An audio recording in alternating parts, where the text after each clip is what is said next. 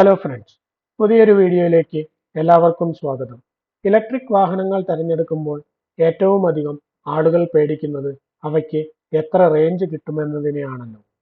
Electric വാഹനങ്ങളിൽ energy store ചെയ്യുന്ന ബാറ്ററികൾ വീടുകളിലോ ചാർജിംഗ് സ്റ്റേഷനുകളിലോ ഉള്ള ചാർജിംഗ് യൂണിറ്റിൽ നിന്ന് മാത്രമേ ചാർജ് ചെയ്യാൻ സാധിക്കുകയുള്ളൂ. ഇപ്പോൾ ചാർജിംഗ് സ്റ്റേഷനുകളെല്ലാം വളരെ കോമൺ ആയി കൊണ്ടിരിക്കുകയാണെങ്കിലും ഒരു ലോങ് ട്രിപ്പ് പോകുന്നത് ഇപ്പോഴും കുറച്ച് റിസ്കിയാണ്. ഒരു ഇലക്ട്രിക് വാഹനം ഒറ്റ ചാർജിൽ എത്ര റേഞ്ച് നൽകും? റേഞ്ചിനെ അഫക്റ്റ് ചെയ്യുന്ന കാര്യങ്ങൾ എന്തൊക്കെയാണ് എന്നൊന്ന് പരിശോധിക്കാം. Electric car range on A single charge. Electric വാഹനങ്ങളുടെ റേഞ്ച് അവയ്ക്കുള്ളിൽ നൽകിയിരിക്കുന്ന ബാറ്ററി പാക്കിന്റെ കപ്പാസിറ്റി അനുസരിച്ച് മാറിക്കൊണ്ടിരിക്കും. 100 കിലോമീറ്റർ മുതൽ 600-700 കിലോമീറ്റർ റേഞ്ചുള്ള വാഹനങ്ങൾ ഇന്ന് മാർക്കറ്റിൽ അവൈലബിൾ ആണ്.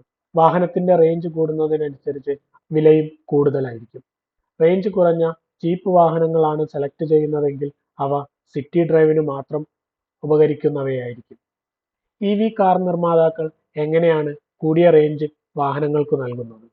വലിയ ബാറ്ററി പാക്കുകൾ നൽകിക്കൊണ്ട് വാഹനങ്ങൾക്ക് കൂടുതൽ റേഞ്ച് അച്ചീവ് ചെയ്യാൻ പറ്റും. പക്ഷേ അതുമൂലം വാഹനത്തിന്റെ വിലയും ഭാരവും കൂടും. ഒപ്പം ചെറിയ ഹാഷ് ബാക്ക് പോലെയുള്ള വാഹനങ്ങളിൽ വലിയ ബാറ്ററി പാക്ക് നൽകാനുള്ള സ്പേസ് ഉണ്ടാകണമെന്നുമില്ല. പിന്നെ എങ്ങനെയൊക്കെയാണ് വാഹന നിർമ്മാതാക്കൾ റേഞ്ച് കൂടുതൽ ലഭ്യമാക്കുന്നത്? എയറോഡൈനാമിക്സ്. ഇലക്ട്രിക് വാഹനങ്ങളുടെ എക്സ്റ്റീരിയർ ഡിസൈൻ എപ്പോഴും സ്ട്രീംലൈൻഡ് ആയിട്ട് സ്മൂത്ത് ആയിട്ടുള്ള ഒന്നാണ്. അതിന് കാരണം ബെറ്റർ എയറോഡൈനാമിക്സ് നൽകുന്നതിനായിട്ടാണ്. അതുവഴി എയറിലൂടെ മൂവ് ചെയ്യാൻ കുറച്ച് പവർ മതിയാകും. Regenerative braking. എല്ലാ മോഡേൺ ഇലക്ട്രിക് കാറുകൾക്കും റീജനറേറ്റീവ് ബ്രേക്കിംഗ് എന്നുള്ള ഫീച്ചർ അവൈലബിൾ ആണ്. അതുവഴി വാഹനത്തിന്റെ കൈനറ്റിക് എനർജി ഉപയോഗിച്ച് ബാറ്ററി ചാർജ് ആകും. ഈ പ്രവൃത്തി മൂലം വാഹനം പെട്ടെന്ന് സ്ലോ ആകുകയും ബ്രേക്ക് അപ്ലൈ ചെയ്യുന്ന അളവ് കുറവായിരിക്കുകയും ചെയ്യും. Battery heating and cooling. ബാറ്ററിയുടെ ഒപ്റ്റിമം പെർഫോമൻസ് കിട്ടണമെങ്കിൽ അവ ഒരു നിശ്ചിത ടെമ്പറേച്ചറിൽ മെയിൻറ്റെയിൻ ചെയ്യണം. അതിൽ നിന്നും കൂടിയതോ കുറവുള്ളതോ ആയ ടെമ്പറേച്ചർ ആണെങ്കിൽ അത് റേഞ്ചിനെ സാരമായ രീതിയിൽ ബാധിക്കും. ഇങ്ങനെ ബാറ്ററി ടെമ്പറേച്ചർ മെയിൻറ്റെയിൻ ചെയ്യാനുള്ള എനർജിയും ബാറ്ററിയിൽ നിന്നു തന്നെയാണ് എടുക്കുന്നത്. എന്നിരുന്നാലും ഈ സിസ്റ്റം ഇല്ലാത്ത അവസ്ഥയേക്കാൾ കുറച്ച് എനർജി മാത്രമേ ഈ സിസ്റ്റത്തിന് ആവശ്യമുള്ളൂ. Additional features. ഇന്ന് വാഹനങ്ങളിൽ അവൈലബിൾ ആയിട്ടുള്ള പല ഫീച്ചറുകളുടെയും സോഫ്റ്റ്വെയർ റിമോട്ടായിട്ട് നിർമ്മാതാക്കൾക്ക് അപ്ഡേറ്റ് ചെയ്യാൻ സാധിക്കും. ഇങ്ങനെ സോഫ്റ്റ്വെയർ അപ്ഡേറ്റ് ചെയ്തുകൊണ്ട് ആ സിസ്റ്റത്തിന് ആവശ്യമായ പവർ റിക്വയർമെന്റ്സ് കുറച്ചുകൊണ്ട് വാഹനത്തിന്റെ റേഞ്ച് ഒരളവ് വരെ ഇൻക്രീസ് ചെയ്യാം. ഇലക്ട്രിക് വാഹനങ്ങളുടെ ചാർജ് തീർന്നാൽ എന്താണ് ചെയ്യേണ്ടത്? ഇലക്ട്രിക് വാഹനങ്ങളുടെ ചാർജ് തീർന്നു പോകുമോ എന്നുള്ള പേടിയെ നമ്മൾ റേഞ്ച് ആങ്സൈറ്റി എന്നാണ് പറയുന്നത്.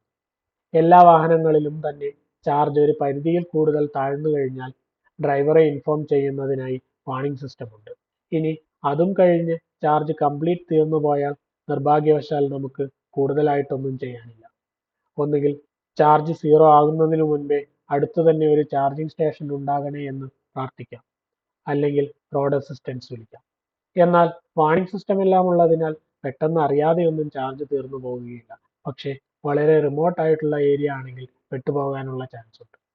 ചെറിയ ചെറിയ കാര്യങ്ങളൊക്കെ ശ്രദ്ധിച്ചാൽ നിങ്ങൾക്ക് വാഹനത്തിന്റെ റേഞ്ച് ഒന്ന് ഇംപ്രൂവ് ചെയ്യാൻ കേട്ടോ. ഹൈ ടെമ്പറേച്ചറും ലോ ടെമ്പറേച്ചറും വാഹനത്തിന്റെ റേഞ്ചിനെ സീരിയസ് ആയി അഫക്റ്റ് ചെയ്യുന്നതിനാൽ അവയെ ഒരു ഒപ്റ്റിമം ടെമ്പറേച്ചറിൽ മാത്രം സൂക്ഷിക്കാം. വാഹനം സൂക്ഷിച്ചു ഓടിക്കുകയും എപ്പോഴും തന്നെ റീജനറേറ്റീവ് ബ്രേക്കിംഗ് ഓപ്ഷൻ പരമാവധി ഉപയോഗപ്പെടുത്താം.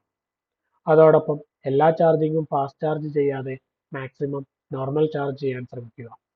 ബാറ്ററി ടെക്നോളജിയിൽ വന്നുകൊണ്ടിരിക്കുന്ന പുതിയ റിസർച്ചുകൾ അവയുടെ റേഞ്ച് കൂടുന്നതിന് സഹായിക്കുമെങ്കിലും നിങ്ങളുടെ ട്രിപ്പ് പ്രോപ്പറായി പ്ലാൻ ചെയ്യുകയും നിങ്ങളുടെ വാഹനത്തിന്റെ ലിമിറ്റേഷൻസ് കൃത്യമായി മനസ്സിലാക്കുകയും വേണം. Thanks for watching and be sure to subscribe for more automotive insights.